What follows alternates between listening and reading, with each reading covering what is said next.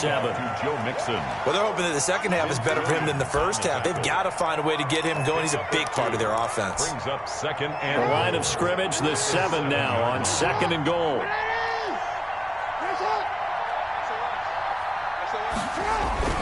Another try for Mixon.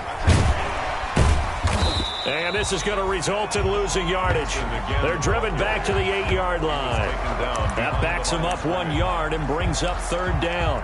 And that's exactly what you're looking for at the inside linebacker spot. Versatility.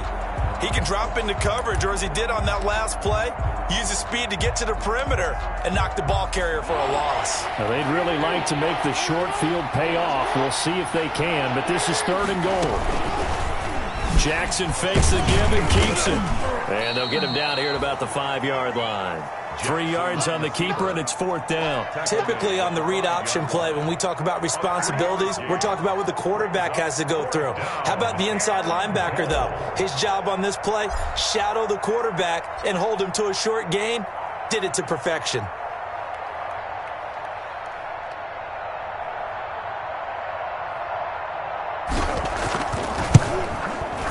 Tucker's kick is good.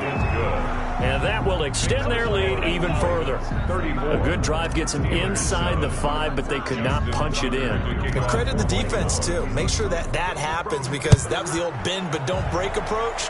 Made sure they contained them when they absolutely had to and forced the field goal attempt that went through. A lane opens here. He's past the 30. On the return, the Steelers take over 1st and 10 at their own 32-yard line.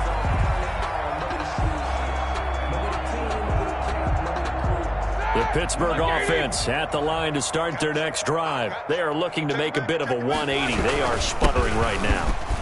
And frankly, I think it's time to call your playmakers together and say, all right, guys, we're going to lean on you through this patch. We need you to get us back on track and get us going in the right direction. So you're calling plays geared to them. Not necessarily what you look at your plays, oh, this hurts the defense.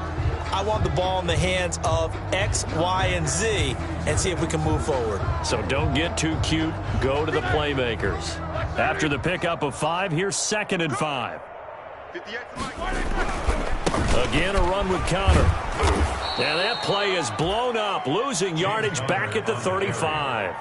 It'll go down as a 2-yard loss, and it brings up a 3rd down. An interesting and intriguing decision there defensively, because they kept extra DBs on the field despite seeing the multiple tight end look that came out for the offense. I thought they were going to switch out of it. I didn't know if they felt they didn't have time or what the case was. Well, in any event, the extra speed allowed for great penetration as they stuffed that one behind the line of scrimmage. And that's going to be incomplete. The contact there enough to jar that ball free, and it brings up 4th down. Here's Jordan Berry now as he's on to punt for the first time tonight.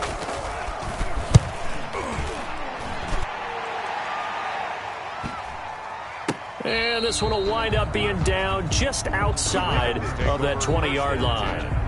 At their own 21-yard line.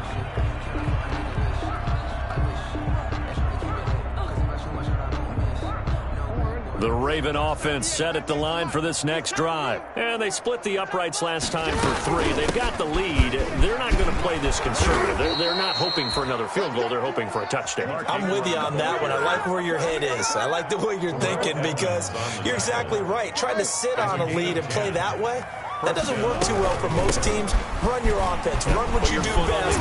Exactly. Put it all the way down and try to increase your lead in a big way. And the best way to do it, touchdowns. Give him 9 on the carry that time, and they're set up with a 2nd and 1. Brings up 2nd and a yard.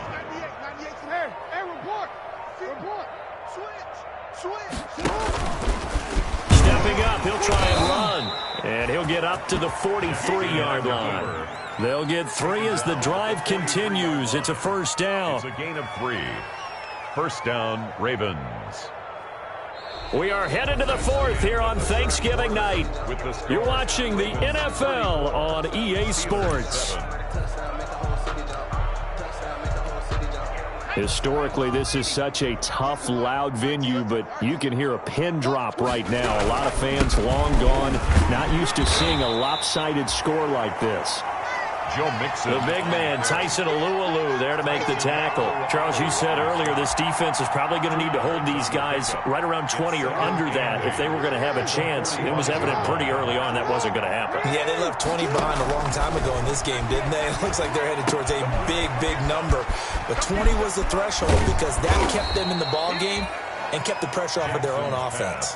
Complete. For a second there, I thought that might break big. Screen pass. Looked like it was coming together. Looked like there was an opening. Still, ended up with a solid game. The Ravens on third down. They've hit it 50%, 3 of 6 to this point. They're looking at third and a few inches. Now they go screen. It's complete. And he will have a first down here at about the 40. Complete. Call it a gain of 7, and it gets him a new set of downs. Let's give a little credit there. The offensive play caller sensed that the screen pass was available. Whenever you're getting a lot of heavy pressure towards your quarterback, that's when you're thinking about running the screen and using that pressure against the defense. And it worked very well there for a first down. And give him 6 yards here as he stopped near the 35 at the 34. A 6-yard pickup brings up 2nd and 4 at the 34-yard line. On the jet sweep, this is Bryant. Well, we've seen running backs in today's NFL get involved in the passing game. Maybe it's about time more receivers like that get involved in the running game. And that is something we are seeing more and more in this league, no question about it. That wasn't the biggest of gains. That was enough to get them a first down. And it continues to test the defense. They have to think on every play about who might end up with the ball. And they'll get this down to the 10. That one good for 17 yards. And now they've got it 1st and goal.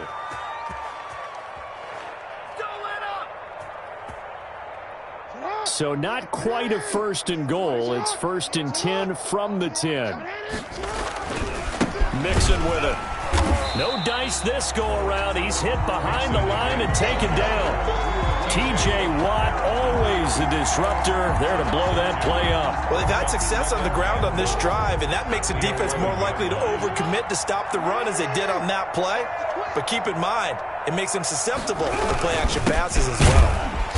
And he'll get this one down to about the 10-yard line. The second down play, not much better than the first, just a gain of 1 there. 3rd and goal now, mere inches from pay dirt. Just 2 minutes remaining here in the 4th quarter of what has been a one-sided affair. From the 10, this is 3rd and goal.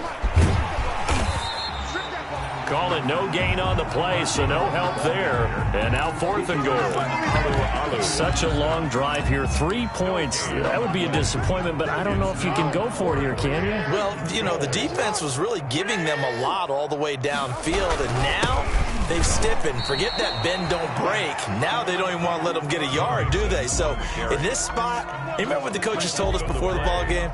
Any drive that ends with a kick is going to be okay with us, whether it's a punt, a field goal, or an extra point. Take the field goal right here.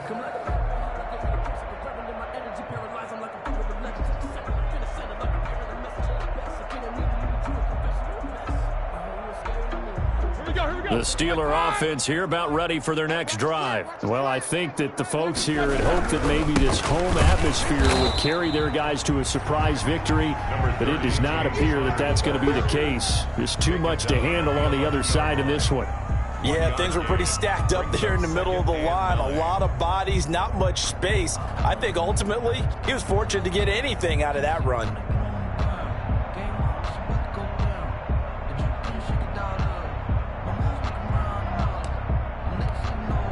The run only got a yard. Here's 2nd and 9. Again, it's Connor. And he'll be taken down at the 18. Good work to pick up 7 yards there. That gets him into a 3rd and 1 situation. That's a really nice job by them picking up the run blitz and detecting it and blocking it and turning it into a nice run. And a lot of times you think if you blitz a running play, you're going to smother it. But a lot of the blitzers, they come in a little bit high. They don't have great leverage, and they're easily blocked and turned to the side. And he's got the first, but we also have a flag on the field. And they're already walking backwards.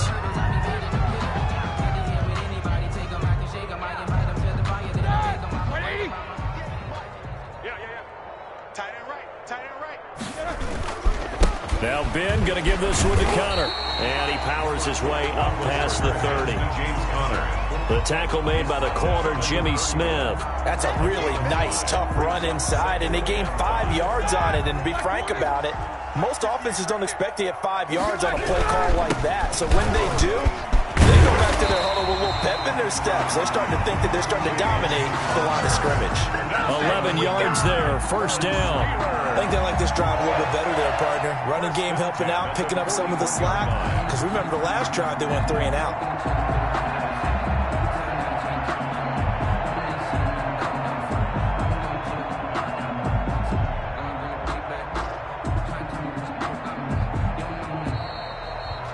So the final seconds tick away in this Baltimore victory. And, you know, it wasn't a shutout. They did give up the points in the first quarter, but second, third, and fourth quarter, they held them scoreless. Brandon, if you throw a shutout for quarters 2, 3, and 4, you win a lot of games in this league.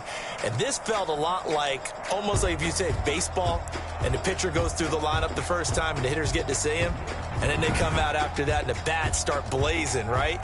I think they saw their best stuff in the first quarter and just shut everything down from that point on. What a great, convincing performance. So for the Ravens, they keep pace in the playoff race as they move to 8-3 on the year. And now they get the weekend off as they get a little extra time to prepare to face the Dallas Cowboys. Meanwhile, for Pittsburgh, they've fallen out of things now as they sink to 3-8. And they will be back home next week for a date with Washington. Thanks for tuning in, everybody. Alongside Charles Davis, we thank our entire crew. I'm Brandon Gaudin. This is the NFL on EA Sports.